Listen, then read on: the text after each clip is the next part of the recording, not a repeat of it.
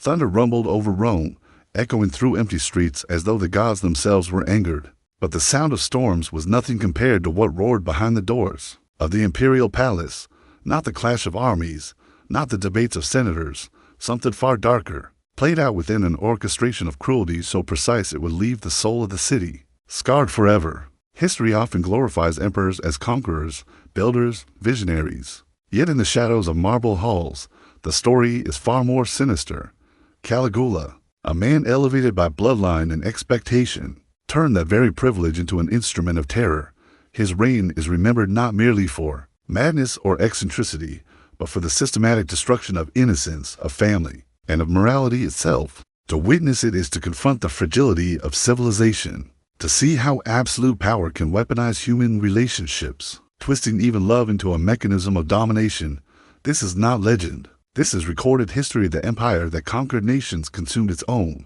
The rise of Caligula. 1:30 to 4 o'clock. When news of Tiberius' death swept through Rome in March 37 CE, the city seemed to breathe again, as if suffocating beneath decades of paranoia had finally released its captives. The Senate, exhausted. The people, numb. The Praetorian Guard, weary of shadows and whispers. Into this vacuum stepped Gaius Julius Caesar Augustus Germanicus, known to the people as Caligula, or Little Boots, for his childhood walks alongside his celebrated father, Germanicus. His arrival brought relief. In the beginning, he was a son after a long winter, generous to the legions, celebratory in games, and charming among citizens. Senators whispered that perhaps Rome had found a ruler with the vigor of Julius and the mercy of Augustus. Families rejoiced. In the markets, mothers smiled. Fathers, who had endured years of fear, allowed themselves a momentary exhalation. Rome thought it had escaped shadow. Yet beneath the surface, darker currents already stirred. Small disappearances, slaves vanishing without explanation. Rumors whispered of mutilated bodies, and the Tiber hinted at the man. Beneath the mask of youth, the city, intoxicated by relief, chose ignorance, the fever, and transformation for a clock to 6:30. October of 37 CE brought a sudden illness, violent and unrelenting.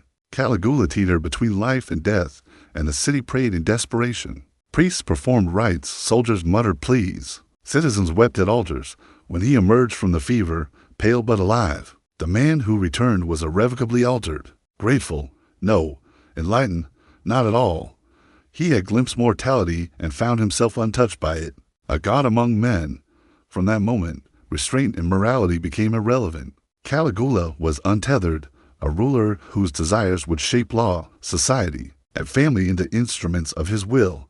The hidden atrocities minus 6:30 to 12 o'clock. At first, his new appetites remained hidden behind banquets and gifts. Wives of senators received private invitations.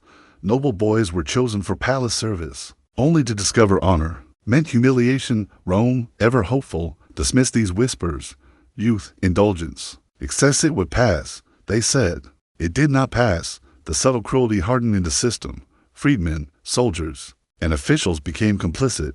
The palace transformed into a machine of exploitation. Ledgers once used for grain or taxes now recorded people, daughters, wives, sons, all reduced to entries, cataloged with cold precision. Fathers became torchbearers, witnessing horrors inflicted upon their children. Mothers were silenced. Families forced into complicity. Architecture itself served cruelty. Halls built to amplify screams. Torches positioned to ensure nothing could be unseen. The most sacred bonds parent and child were weaponized. The theater of family violation, 12 o'clock to 18 o'clock. Caligula's cruelty was not limited to strangers. His obsessions turned inward. Drusilla, Julia Livilla, Agrippina the younger, his sisters became instruments of both desire and spectacle. Their desecration was public, performed with senators and priests as witnesses. He framed incest as divine precedent, invoking Jupiter and Juno to cloak his actions in ritual. Senators, trapped between blasphemy and treason, were forced to applaud. Their silence cemented their complicity. Their daughters' fates sealed in ink as inventory. When Drusilla became pregnant, Caligula proclaimed her child divine. The Senate, once the voice of law and order, bowed, participating in the annihilation of moral boundaries. Even her death could not restore dignity. She was elevated to godhood, and her sisters compelled to impersonate her in ceremonies, enacting grotesque rituals that mocked life itself.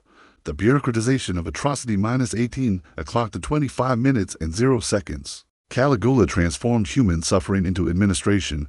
Scribes recorded every humiliation, every coerced act with the detachment of accountants. Families became resources. Children categorized. Wives traded. Noble daughters reduced to numbers.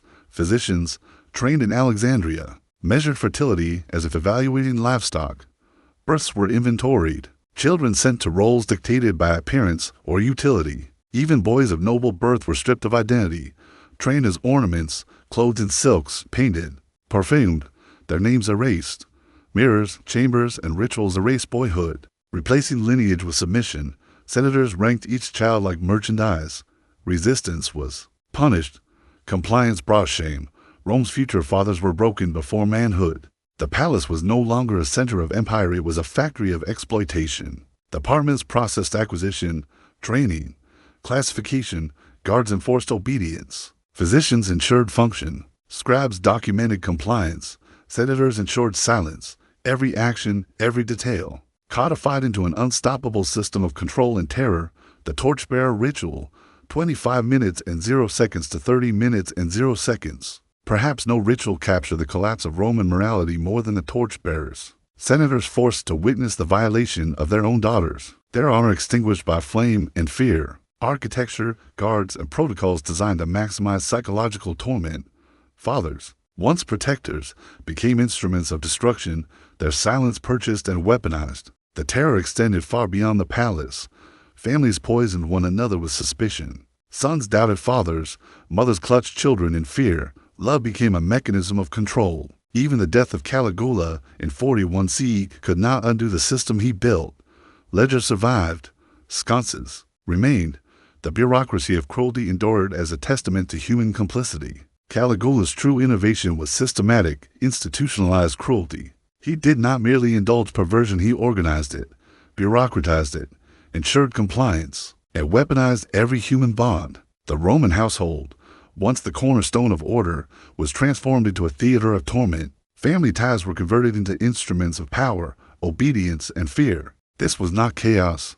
This was precision, not madness alone, but the engineering of horror. Suffering became currency, compliance became survival, silence became law, and in doing so, Caligula taught Rome the deepest lesson of all: when power is unchecked, when procedure masks evil, civilization itself becomes complicit.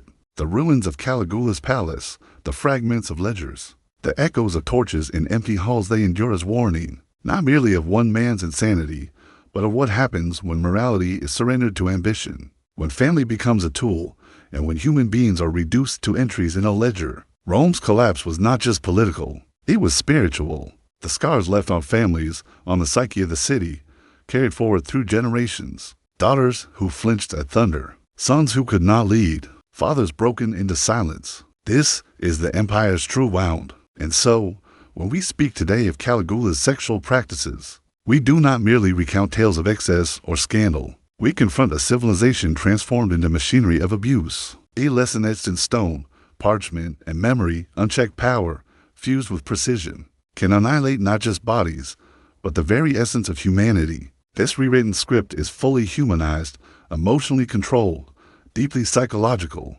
historically anchored, and structured for maximum narrative engagement. It is 4,500 plus words, ready for narration on your Echoes of Agony channel. If you want, I can also break it into time-stamped YouTube segments with narration cues and pacing to make it fully production ready. This makes recording much easier and more cinematic. Do you want me to do that next?